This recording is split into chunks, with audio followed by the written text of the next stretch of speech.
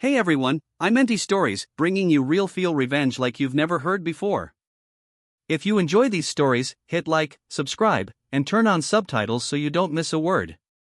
Let's get into it. My name is Claire. For years, I believed that hard work was enough to get ahead. I thought if I put in long hours, stayed late, and gave everything I had, people would notice and reward me. I believed talent and dedication spoke for themselves. I was wrong. I worked at a mid-sized tech company for 4 years. The office was ordinary, gray walls, humming computers, the scent of stale coffee floating in the air.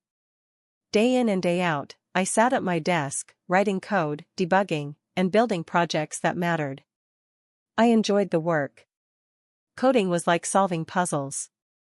But the company culture? That was a different story. My manager, Olivia, was the kind of person who smiled warmly while stepping on you. She was polished, confident, and smart, but mostly at taking credit for other people's work.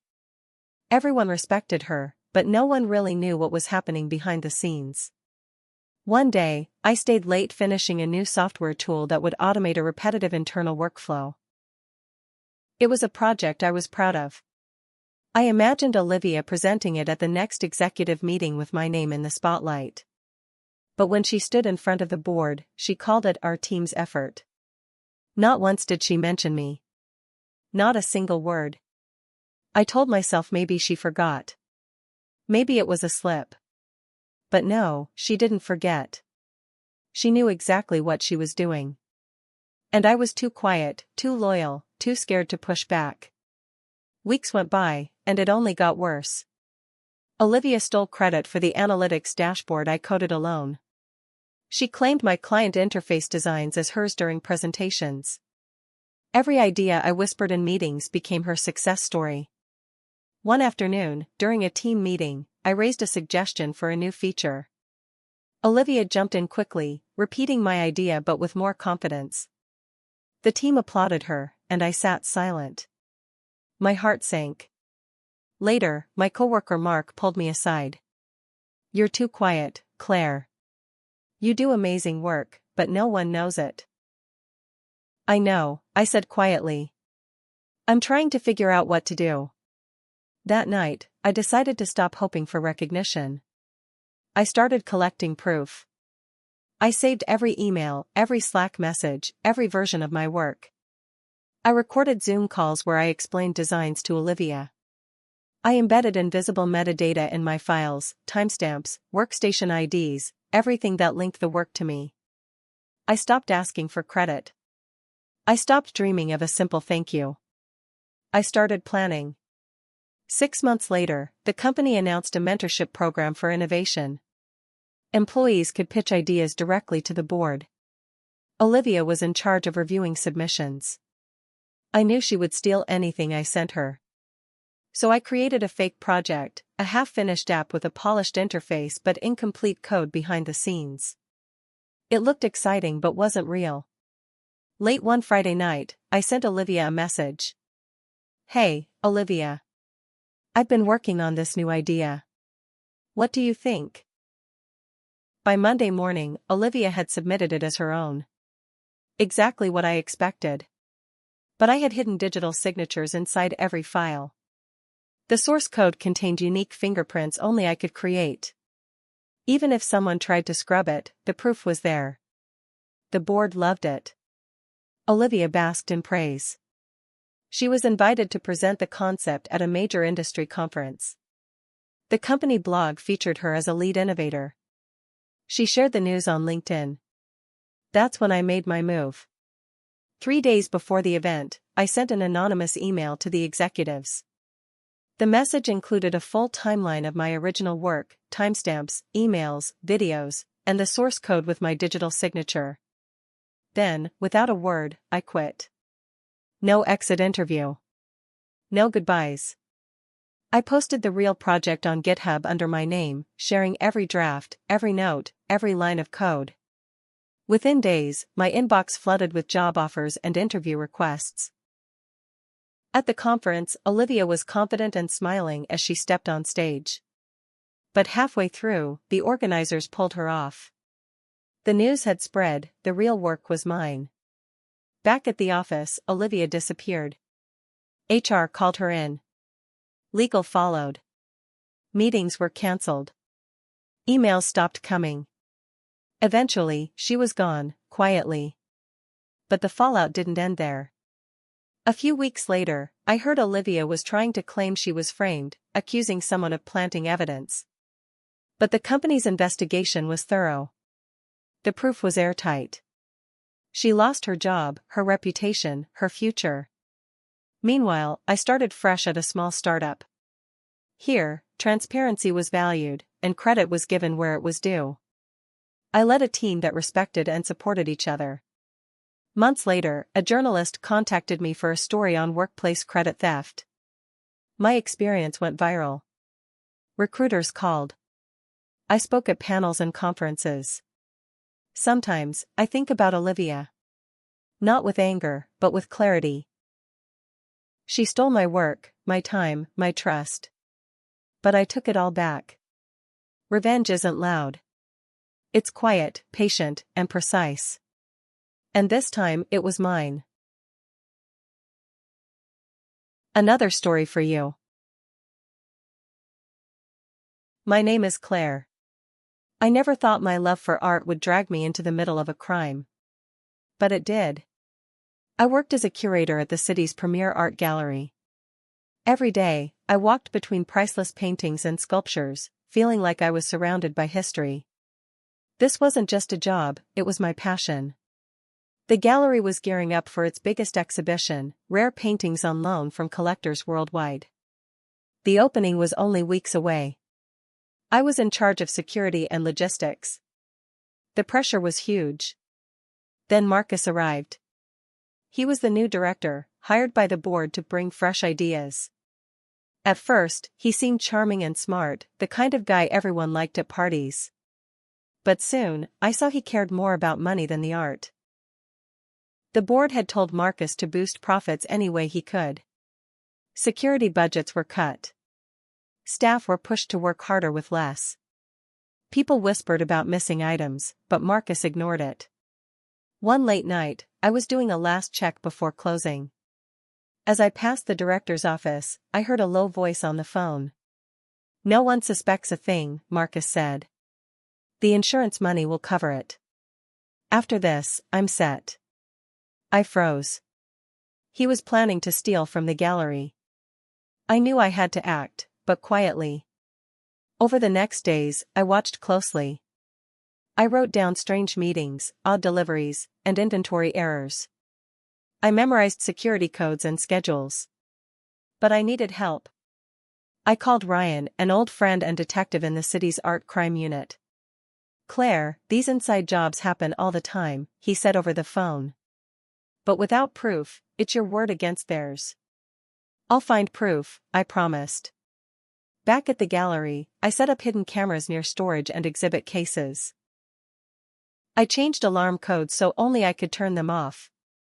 Every night, I copied footage to a hidden drive at my apartment. The tension built every day. One afternoon, Marcus caught me checking a camera feed. "Claire," he said with a smile that didn't reach his eyes, "why so serious? This exhibition will be your career's highlight." "I want to make sure everything's perfect," I said, trying to hide my fear. He leaned closer. "Relax. Trust me, I have everything under control." But I didn't trust him. The day of the grand opening arrived. The gallery buzzed with excitement, collectors, critics, VIPs. But while everyone drank champagne and admired the art, Marcus and his hired thieves moved behind the scenes. I stayed hidden in an office with a view of the main storage. My heart hammered as I watched masked figures disable alarms and pack paintings into crates. I whispered into my phone, "Ryan, they're here. Now." Minutes later, police cars swarmed the gallery. The thieves froze. Marcus's confident smile vanished. They arrested Marcus and the thieves on the spot. The gallery was saved, but everything changed. The media wanted every detail. The board launched a full investigation. Marcus denied it all, but the proof was everywhere. People thanked me for exposing him. But inside, I felt bitter, betrayed by someone I once trusted. Months later, I quit. The gallery had become a place ruled by greed, not art. Now, I run a small private gallery. It's nothing like before, but here I decide everything: the art, the staff, the security. More than that, I protect every piece and every person I work with. Because sometimes, loving something means fighting the darkness inside. Another story for you. My name is Claire. For a long time, I believed honesty was the best policy. I thought that if you told the truth and followed the facts, everything would eventually fall into place. The truth would set things right. People would listen. Justice would happen. But I was wrong. I worked as a journalist at a local newspaper. It wasn't a big publication, just enough to pay rent and keep me busy. I covered city politics, community issues, and the kind of stories that rarely made the front page. But I was proud of what I did. I dug deep. I asked the questions no one else wanted to ask. I believed I could make a difference. One day, I received an anonymous tip through a secure email. It was a cryptic message: corruption runs deep in the housing department. Bribes. Fake contracts. Someone needs to stop it. I felt a spark of excitement. This was the kind of story I lived for. But I had no idea how dangerous it would become. I started investigating immediately. It was slow at first, quiet conversations with city employees who whispered their worries, afraid to be caught. I spent nights in my cramped apartment, poring over leaked emails and scanned documents sent by the anonymous source. The pieces began to fit together. Money moving between suspicious accounts, contracts awarded to companies with no real offices, files with forged signatures. One name appeared repeatedly: Richard Evans. The head of the housing department. A man with a clean public image, beloved by the community, always smiling in photos, attending charity events, shaking hands with mayors. But behind closed doors, he was something else. I reached out to people who had worked under him. Some wouldn't talk.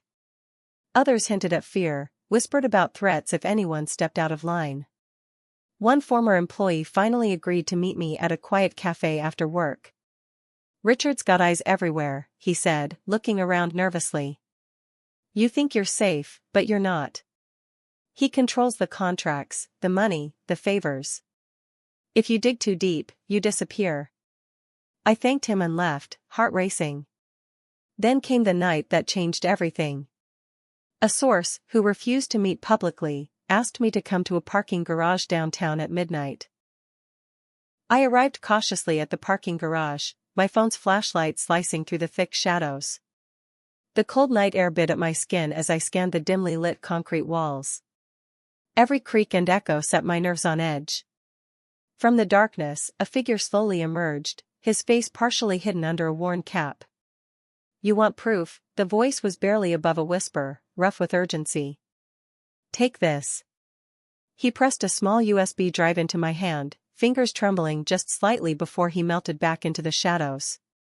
My heart pounded, adrenaline rushing through my veins. "Wait, who are you?" I started to ask, but the echo of his footsteps faded before I could get an answer. Back in the safety of my apartment, I locked the door behind me, the weight of the USB drive feeling heavier than its size.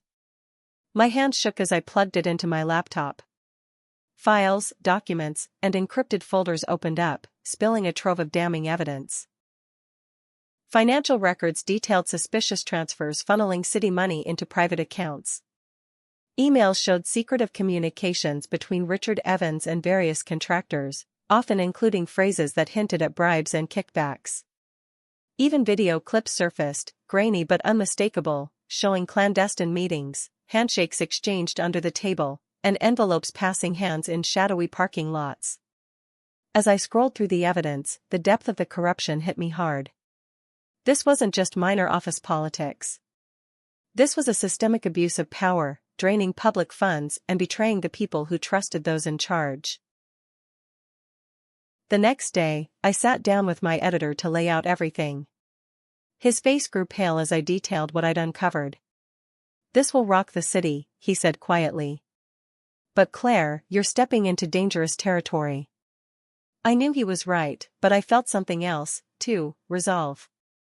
The story had to be told. Publishing the exposé sent shockwaves through the city. Headlines screamed accusations of corruption at the housing department's highest levels. Citizens demanded answers. Protests erupted outside City Hall. Richard Evans was immediately suspended pending a full investigation, and a special committee was formed to oversee the housing department's activities. But the consequences for me were far more personal and unsettling.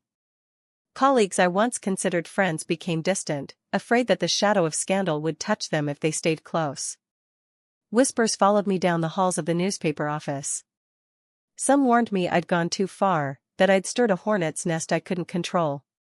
My editor, once supportive, now cautioned me about threats I might face. One evening, I sat alone in my new apartment, the glow of my laptop screen the only light in the room. My hands trembled as I sipped cold coffee, my mind racing with fear and determination. Just then, my phone buzzed.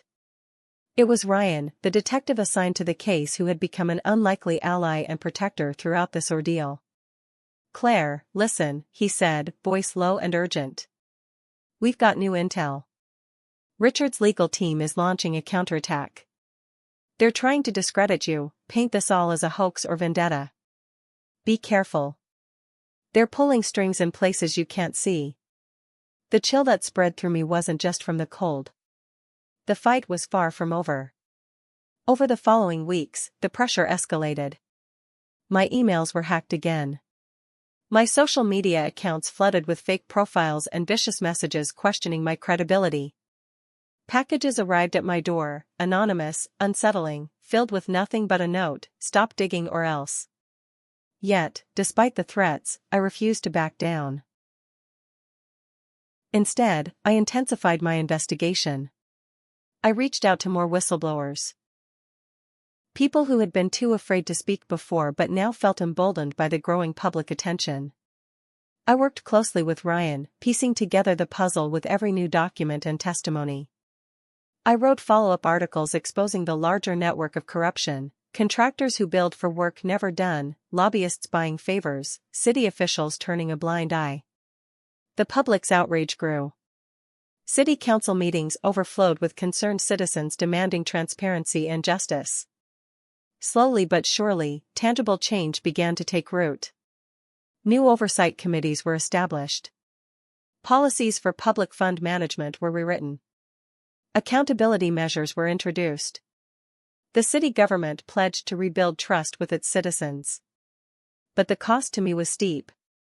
I lost friends. I lost peace of mind. I spent countless nights haunted by the question: was it worth it? Every time I felt doubt, I reminded myself why I started. Because sometimes, the truth means risking everything. Because justice doesn't come easy or quietly. Because someone had to stand up, even when the world seemed set against me. Now, as I walk through the city streets, I see the changes. They aren't perfect. The fight for integrity is ongoing. But there's hope. And for the first time in a long time, I believe honesty can win. Another story for you. I never forgot the night everything fell apart. Mark. He was my boyfriend, my partner, the person I thought I could trust with my heart and my future. For months, I believed in him completely: his warm smile, his soft voice, the way he made me laugh even on the worst days. I thought we were building something real, something unbreakable. But beneath all that charm, there was a darkness I didn't see. A shadow of lies and betrayal that grew bigger every day. It started small: a late text I wasn't supposed to see, a whispered phone call he quickly ended when I walked into the room. I brushed it off, telling myself I was imagining things. I told myself love was complicated. But I was wrong.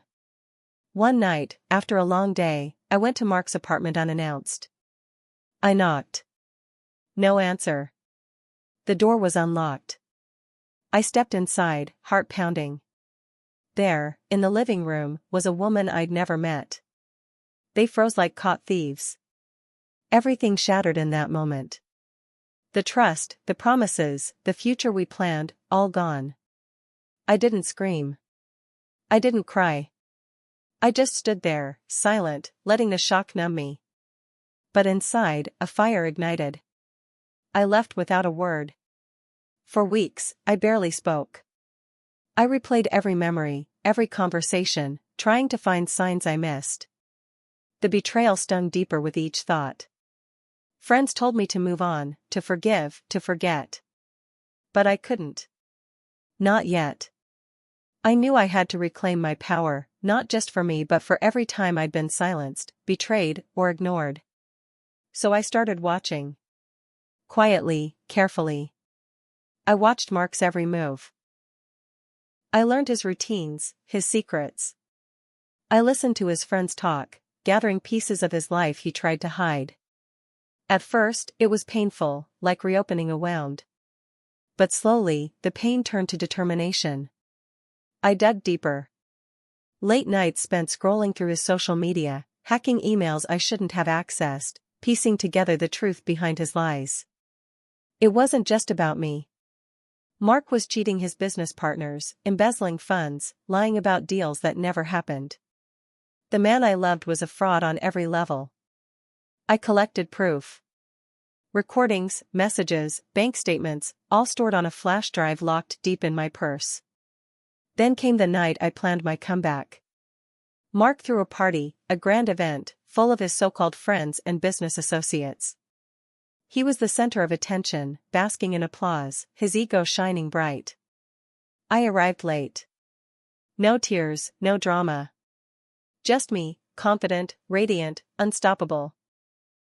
I wore the black dress I knew would turn heads, but I wasn't there for attention. I was there for justice. As the music played and glasses clinked, I approached the group gathered near the bar. Mark spotted me and froze, confusion flickered in his eyes. I smiled calmly and pulled out the flash drive. "This," I said, raising my voice just enough, "is everything you didn't want anyone to see." I plugged the drive into the big screen TV the host had set up for speeches. The room fell silent as emails, text messages, and bank records flashed on the screen. Whispers grew into gasps. Faces turned pale. Mark's smile vanished. Someone gasped, "Is this true?" I looked Mark straight in the eyes. Yes. Every word. His friends turned on him instantly. Conversations erupted, accusations, denials, shock. Mark tried to speak, but no one listened. I felt no satisfaction in his downfall. Instead, I felt the weight lift from my shoulders, the burden of betrayal, the silence of pain. When the party ended, Mark was alone. No friends, no allies, just the ruins of a life built on lies. I walked away, head held high.